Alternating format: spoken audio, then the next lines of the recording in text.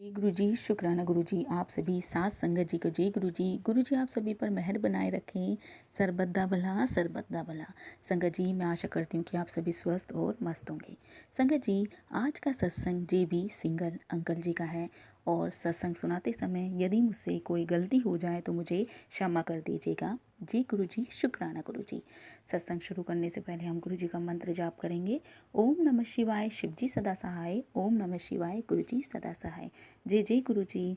संगत जी अंकल जी बताते हैं, यद्यपि एक भक्त के द्वारा गुरु जी ने हमें उनके यहाँ आने के लिए संदेश भेजा था। हम उनकी शरण में 7 जुलाई 2007 को पहुँचे। उनके संदेश के 1 साल के बाद जब गुरु जी ने 1 साल पहले हमें उनके यहाँ बुलाया तो हम इतने भाग्यशाली नहीं थे कि उनके दरबार पहुँच पाते। पर साल 2007 में हम पर गुरु जी की कृपा हुई। 1 जुलाई को नरेश अंकल ने हमें गुरुजी की कृपा और अपने अनुभवों के बारे में बताया। ना तो मुझे विश्वास हुआ और ना ही मैं समझ पाया कि कैसे कोई महापुरुष इतनी सरलता से अपने भक्तों की जीवन बदल सकते हैं।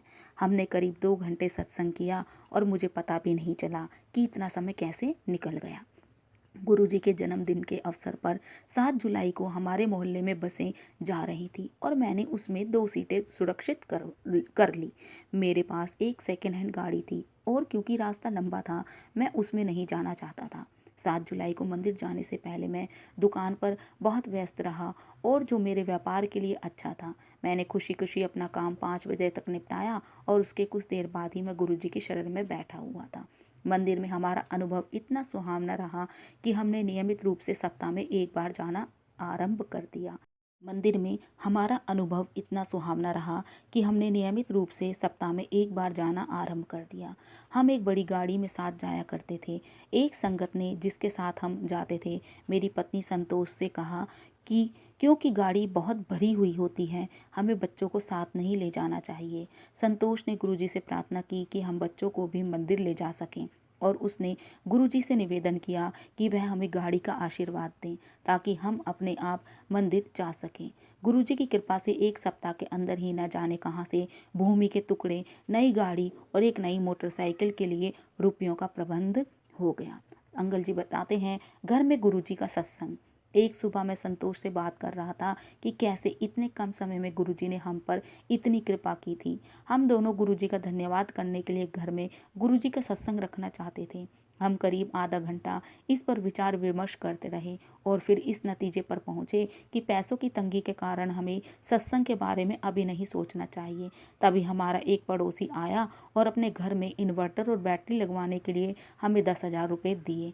हमारी समस्या का तत्कालीन समाधान करने के लिए हमने गुरुजी का धन्यवाद किया और सत्संग के प्रबंध में जुट गए। सत्संग वाले दिन गुरुजी की कृपा हुई। उस दिन मौसम कुछ ठीक नहीं था, बादल छाए हुए थे और बारिश होने की आशंका थी। यद्यपि हमारे घर से 2 किलोमीटर की दूरी पर बारिश हो रही थी। गुरुजी की कृपा से सत्संग के स्थान पर बारिश नहीं हो रही थी।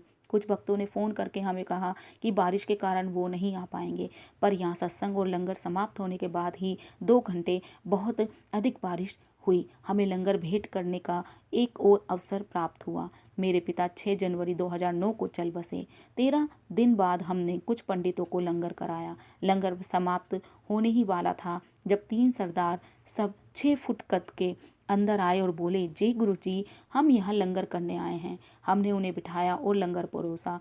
वह खुश होकर वापस गए। मैं सोच में पड़ गई। हम जहाँ रहते थे वहाँ कभी भी हमने किसी सरदार को ऐसे घूमते नहीं देखा था। जी, वास्तव में लग रहा था कि गुरुजी ने हम पर विशेष कृपा की थी। मुझे लगा कि वे ब्रह्मा, विष्णु और महेश थे जो हमारे घर हमें आशीर्वाद देने के लिए आए थे। गुरुजी ने मुझे और मेरी पत्नी को बचाया। मैंने मंदिर से गुरुजी का चाबी का छल्ला लिया था पर उसमें चाबियां नहीं डाली थी। मुझे उसमें चाबियां डालना उचित नहीं लग रहा था क्योंकि कभी हमारे हाथ गंदे भी हो सकते थे। इसलिए मैंने उसे अपनी मोटरसाइकिल के आगे लगाने का निश्चय किया। उस समय की तंगी के कारण मैं ऐसा नहीं कर पाया और गुरुजी वह मेरी जेब में ही रह गया। एक दिन मुझे फ़ोन आया कि घर पर एक व्यक्ति मेरी प्रतीक्षा कर रहा था। मैं अभी थोड़ी दूर गया था कि उच्च गति से आती हुई एक गाड़ी ने मोड़ पर मुझे टक्कर मारी। गाड़ी बहुत बुरी तरह क्षतिग्रस्त हुई और उसके आगे का हिस्सा बिल्कुल नष्ट हो गया। पर गुरुजी की कृपा से मुझे कोई बड़ी चोट नहीं आई। गुरुजी की शरण में आने से पहले हम पंडितों के यहाँ जाया करते थे। सब पंडितों का कहना था कि संतोष की आयु अधिक नहीं थी। गुरुजी के यहाँ जाने के बाद हमने पंडितों और ज्योतिषियों के पास जाना बंद कर दिया। एक बार संतोष को खराब खाना खाने से भारी बीमारी हो गई। कुछ ही घंटों में वो बहुत बेचैन हो गई और ताज़ी हवा के लिए घर से बाहर निकली। घर पहुंचकर जब मैंने उसे इस हाल में देखा तो कमरे में आराम करने को कहा। वह बोली कि अंदर उसका दम घुट रहा था और उसने 2 आदमियों को काले कपड़े में देखा था, जिन्होंने उसे अपने साथ चलने को कहा। हमें उसके आसपास कोई नजर नहीं आ रहा था, पर तभी उसने उन दोनों आदमियों के पीछे गुरुजी को खड़ा देखा। गुरुजी ने उन दोनों आदमियों को संतोष को छोड़कर चले जाने को कहा। उन्होंने गुरुजी का आदेश माना और चले गए।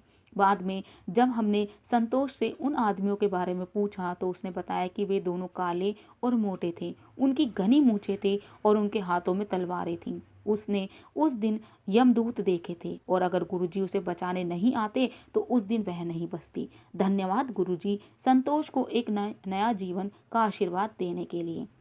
संतोष को पीठ में दर्द भी रहता था। गुरुजी ने उसे सपने में दर्शन दिए। उन्होंने झाड़ू से संतोष को छुआ और पूछा, क्या अब उसे दर्द है? संतोष ने जवाब दिया, अब दर्द बहुत कम था। गुरुजी ने दोबारा उसकी पीठ को झाड़ू से छुआ और दर्द पूरी तरह से चला गया। जब वह सोकर उठी तो उसने पाया कि अब उसे दर्द नहीं था। वह दर्द उसे कभी नहीं हुआ। जय गुरु। अंकल जी बताते हैं, खोया हुआ मोबाइल फ़ोन मिला। 6 जून 2009 को मैंने नया फ़ोन खरीदा। संतोष ने मुझे सुझाव दिया कि मुझे फ़ोन गुरुजी के जन्मदिन के दिन 7 जुलाई को खरीदना चाहिए था, पर मैंने ठान लिया था और गुरुजी के जन्मदिन से 1 महीना पहले ही खरीद लिया। खरीदने के 3 दिन बाद ही वो खो गया। यद्यपि मैं निराश हुआ, मैंने इस नुकसान को अपना भाग्य समझकर स्वीकार कर लिया और स्वयं को तसल्ली दी कि फ़ोन उसके पास गया होगा जिसे इसकी अधिक आवश्यकता होगी। मेरा एक दोस्त एक छानबीन संबंधी संस्था में काम करता है और मैंने उसे अपने गुम हुए फ़ोन का IMEI नंबर दिया। 7 जुलाई को जब हम बड़े मंदिर गए तो मुझे अपना फ़ोन याद आया, क्योंकि उसमें कैमरा था और उसमें तस्वीरें खींच पाता। 2 दिन बाद मेरे दोस्त ने मुझे फ़ोन करके उस जगह का पता दिया जहां वह सक्रिय था। मैं गया और अपना हैंडसेट वापस लेकर आया। गुरुजी की कृपा से मुझे मेरा फ़ोन वापस मिल गया। फ़ोन खरीदने की बेकार की जल्दी ने मुझे एक सबक सिखाया। अंकल जी बताते हैं, लड्डू प्रसाद।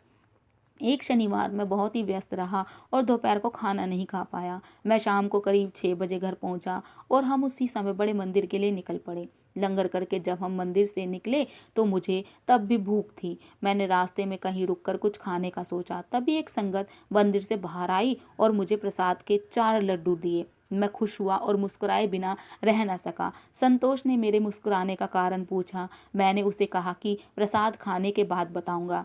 यद्यपि मुझे बहुत भूख लगी हुई थी, मैं 3.5 लड्डुओं में तृप्त हो गया और बचा हुआ आधा लड्डू मैंने संतोष को खाने के लिए दे दिया। फिर मैंने उसे सारी बात बताई और मुझे एक बार फिर अनुभूति हुई कि कैसे गुरुजी छोटी से छोटी बात का भी ध्यान रखते हैं। गुरुजी के यहाँ आने से पहले मैंने बहुत धन बनाया और गंवाया था। हर 3 महीने मुझे बड़ा नुकसान होता और सारा पैसा समाप्त हो जाता था। गुरुजी के यहाँ आने के बाद मुझ पर आर्थिक स्थिरता की कृपा हुई और आज मैं एक सुखद जीवन व्यतीत कर रहा हूँ, सब गुरुजी की कृपा से। जय गुरुजी, शुक्राना गुरुजी। ये अंकल जी का बहुत ही प्यारा सत्संग था संगत जी, और मैं अपनी वाणी को आज यहीं विराम देती हूँ। जय गुरुजी, शुक्राना गुरुजी। ओम नमः शिवाय, शिवजी सदा सहाय। ओम नमः शिवाय, गुरुजी सदा सहाय। जय जय गुरुजी।